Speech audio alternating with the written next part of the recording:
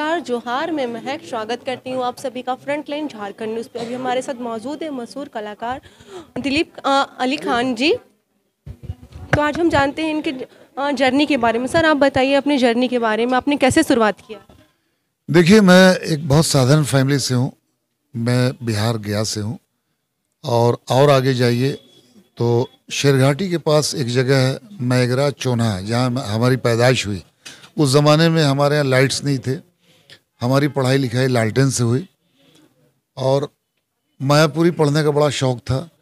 अपनी body physics के बारे में सोचता रहता कि अच्छी पर्सनालिटी हो, पढ़ाई लिखाई अच्छी हो। एजुकेशन पे मैंने बड़ा ध्यान दिया। मैं किसान का बेटा हूँ। मेरी फैमिली में दूर दूर से कोई रिश्ता नहीं था फिल्म इंडस्ट्री का, लेकिन हौसले बुलंद थे। मेरी सोच बहुत बड़ी थी कि मैं आज नहीं तो कल मुंबई फिल्म इंडस्ट्री में ज़रूर जाऊंगा। मैंने ग्रेजुएशन किया, बीएससी किया, एलएलबी फाइनल ईयर की पढ़ाई मैं छोड़ के मुंबई चला गया। उसकी वजह ये थी कि शत्रुघ्न सिन्हा जी एक फिल्म बना रहे थे कालका। तो मैंने उनके मामा का ख़त लिया था और मैं मुंबई पहुंचा और मुंबई में मैंने उनको ख़त दिया और शत्रु जी ने मुझे कालका में एक रोल कास्ट किया, जिसकी सारी शूटिंग झारखंड के धनबाद में हुई। वहाँ से फिर हमारी मुलाकात दूसरे चरण में जो हुई देवेश खान जी से हुई। देवेश भाई उस ज़माने में इस्टेब्लिश हो गए थे एज ए हीरो। इनके साथ इनको मैं मिला। इन्होंने मुझे अपनी 4-5 फिल्मों में बड़े अच्छे रोल में कास्ट कराया। आपका प्यार, मेरी इज्जत बचाओ, रहमदिल जल्लाद। रहमदिल जल्लाद में उस ज़माने में मज़हर खान और ये दोनों हीरो थे। रहमदिल जल्लाद में विलेन कास्ट हुए थे शक्ति कपूर, लेकिन देवेश भाई ने हमको इंट्रोड्यूस किया। प्रोड्यूसर और डायरेक्टर, प्रोड्यूसर थे उसके ज़मीर खान और डायरेक्टर थे कमर नारबी, राइटर भी थे खाली नारबी और कमर। वहाँ से मुझे एज ए मेन विलेन इनके थ्रू रहमदिल जल्लाद में काम मिला।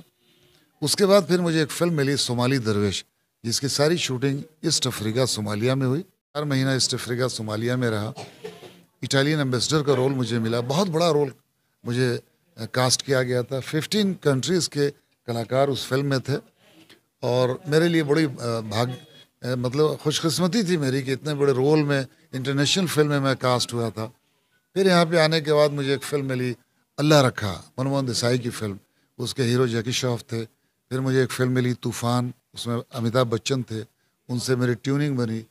फाइनली फिर हम लोग दोनों सीरियल एक की थी हमने, टीपू सुल्तान, जिसमें हैदर साहब का रोल मैंने किया था। महाभारत में मैं यक्ष भगवान बना था, जो 100 सवाल युधिष्ठिर हमसे करते हैं। उसके बाद तकरीबन 40 से 50 टेलीविज़न में काम किया। फाइनली मुझे जो ब्रेक मिला 92 में खुदा गवाह में एज ए हबीबुल्ला, जिसकी शूटिंग अफ़गानिस्तान में हुई। और वहाँ के बाद फिर मैंने पीछे मुड़ के नहीं देखा। बच्चन साहब के साथ मैंने 4 से 5 फिल्में की और उसके बाद मैंने सरफरोश, कोहराम, माँ तुझे सलाम, इंडियन, अली बाबा 40 चोर। और एक बात मैं आपको मज़े की बताऊं कि जब मैं 1975 में पहली दफ़ा मुंबई गया, मेरे बड़े बहनोई रहमानी खां मरहूम उस ज़माने में अपने वालिद साहब को हज से वापस लेने के लिए गए थे मुंबई।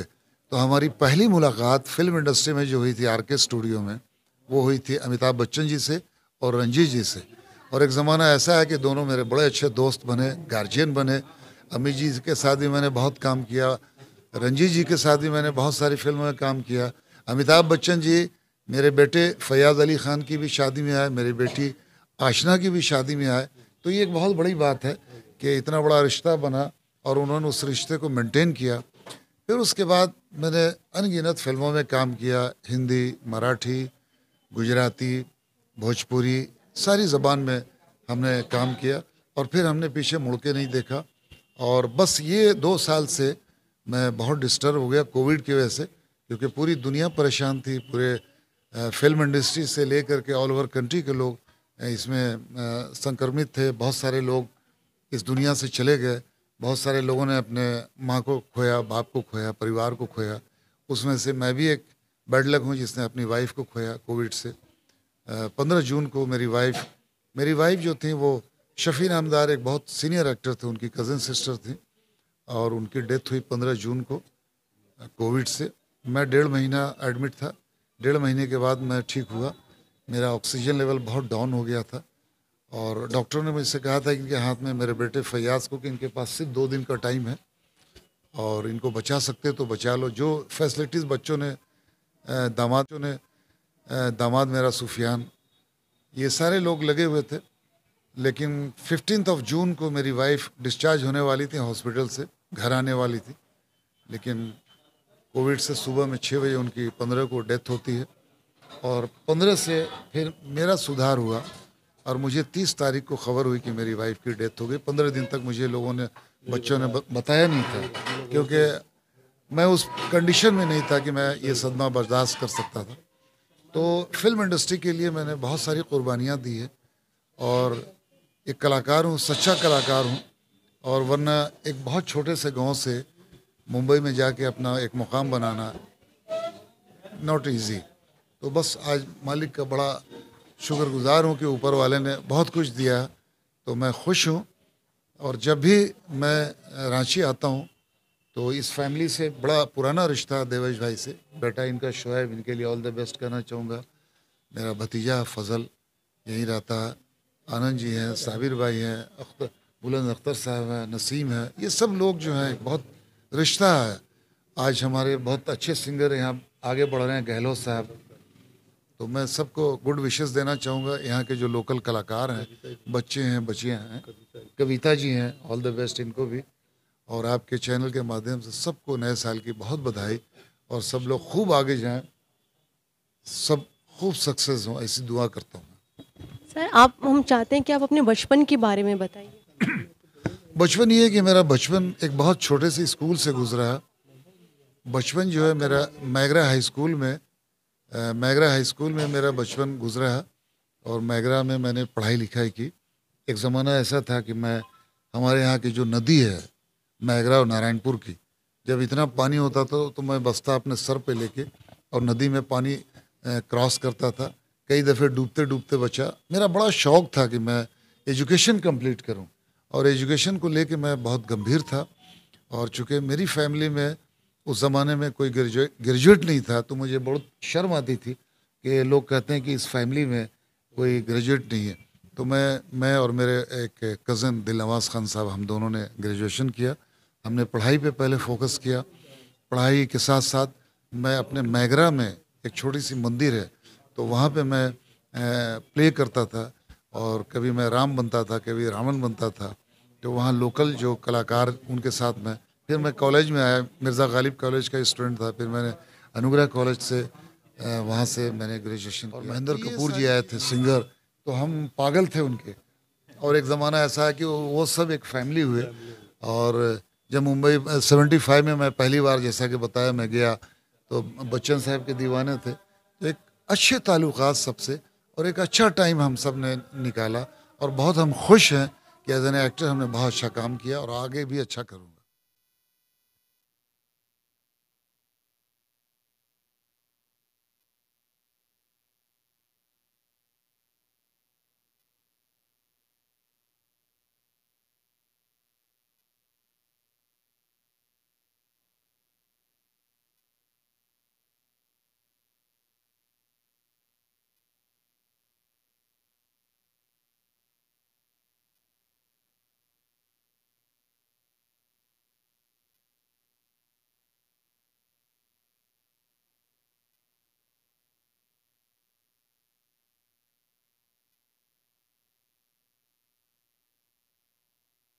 मैं अली खान, फिल्म एक्टर, मुंबई से। इस वक्त मैं रांची में हूँ।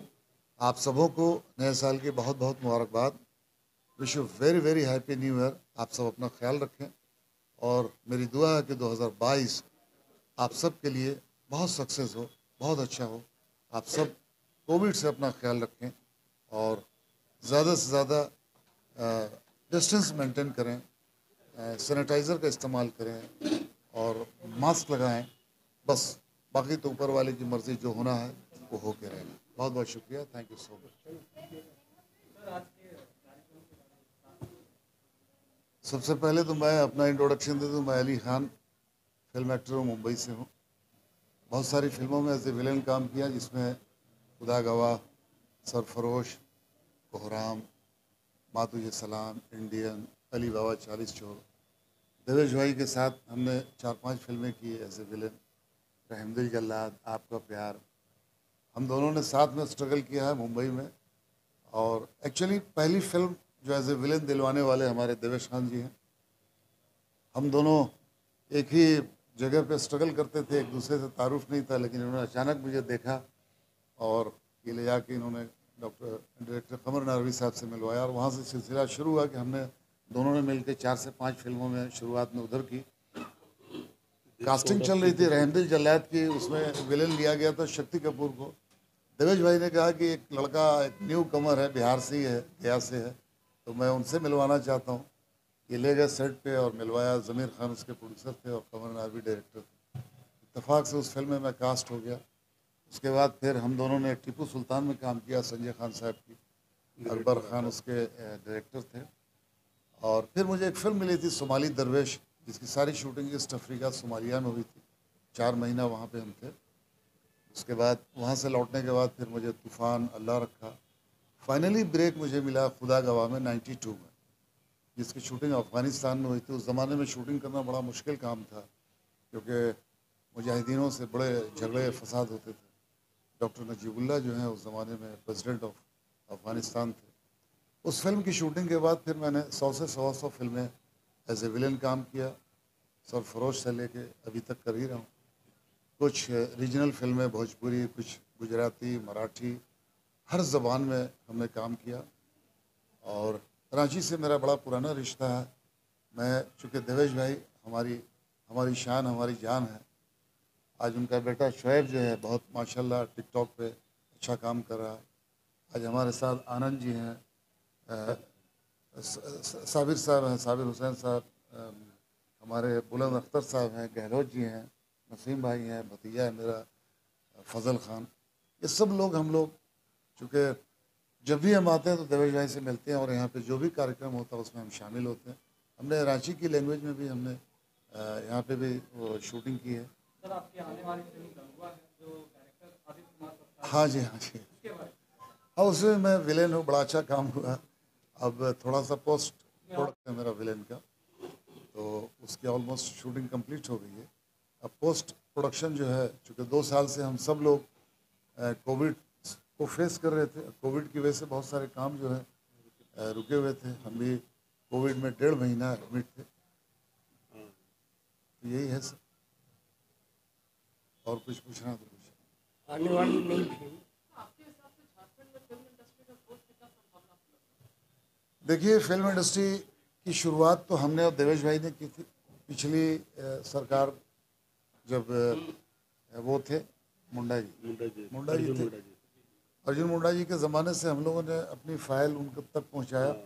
और हम लोगों ने कहा था कि यहाँ पे एक रांची में चूँकि बहुत नेचर की तरफ से खूबसूरती है, यहाँ पे बहुत अच्छी जगह है और यहाँ बहुत मल्टी टैलेंटेड लड़के लड़कियाँ हैं, उनको काम मिलना चाहिए।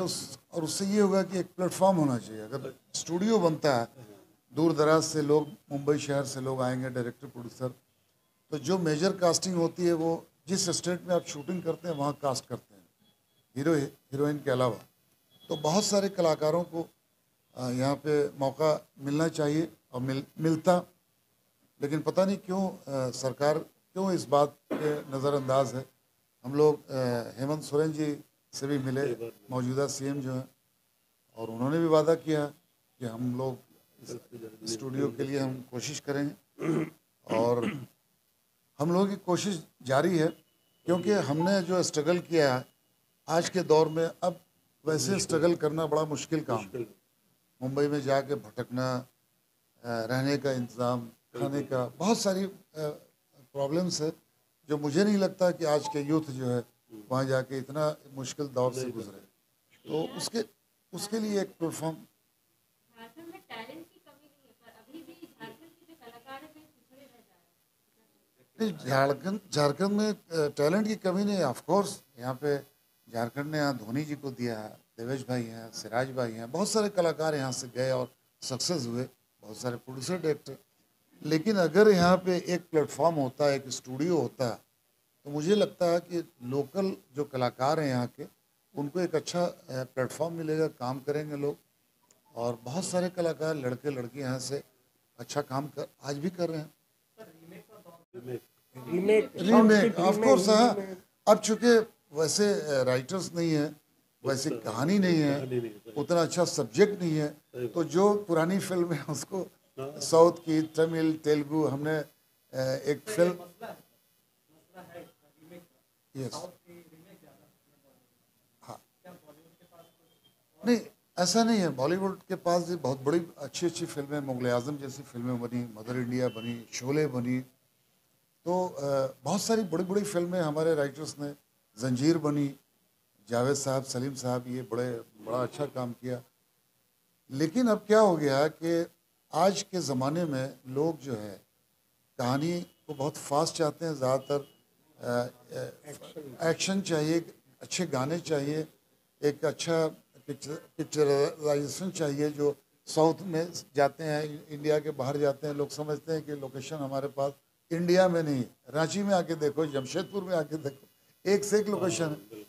कहानी की कमी अब लोग चाहते हैं कि साउथ की फिल्में देखा, तमिल देखा, तेलुगु देखा, उस पर कुछ फिल्में उसकी कॉपी कर लेते हैं आसानी के लिए। मेहनत करने से थोड़े से लोग मेहनत नहीं करना चाहते। बस यही कि कड़ी मेहनत करें और कोशिश करें।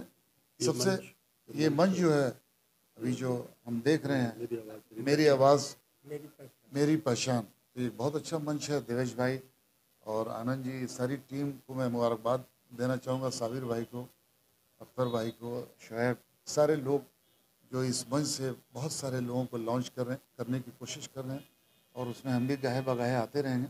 और जब भी मेरी ज़रूरत होगी मैं यहाँ पे आऊँगा, और यहाँ के लोगों के लिए, यहाँ के कलाकारों के लिए जो भी बनेगा मैं ज़रूर कोशिश करूँगा। बस यही है कि फिर से ओमिक्रॉन जो एक तीसरी लहर जो आई है, उसमें हम समझे, जैसे कि मास्क, सरकार जो हमें अलर्ट कर रही है, मास्क पहने, सैनिटाइज़र का इस्तेमाल करें, डिस्टेंस, और बाकी तो सब खेल मुकद्दर का जिसके नसीब में। आपको बताऊं कि पिछले साल हम जून में 2 जून को हमने अपनी वाइफ को एडमिट किया, 15 जून को वो ठीक होकर घर आने वाली थी, 14-15 मेरी पोजीशन ये थी। मुझे डॉक्टरों ने कहा कि इनके पास 2 दिन का वक्त है, और 15 जून को कोविड से मेरी वाइफ की डेथ होती है, और 15 जून को मैं ठीक हो जाता हूँ। तो ये सब ऊपर वाले की मर्ज़ी है, और बस यही कि हम अपनी कोशिश करें, जो सावधानी हमें सरकार